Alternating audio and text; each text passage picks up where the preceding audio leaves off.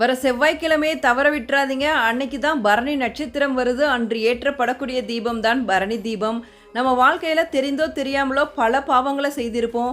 அதிலிருந்து எல்லாம் விடுபட திருக்கார்த்திகைக்கு முந்தைய நாள் நம்ம வீட்ல ஏற்றப்படக்கூடிய தீபம் தான் பரணி தீபம். இந்த வருஷம் பரணி தீபம் டிசம்பர் 2 செவ்வாய்க்கிழமை வருது.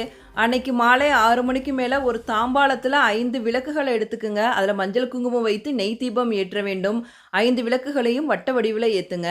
பூஜை அறையில வழக்கமாக ஏற்றப்படக்கூடிய தீபத்தோட இந்த 5 விளக்குகளையும் ஏற்ற வேண்டும். நிலைவாசல்லையும் 2 விளக்குகள் வச்சிடுங்க.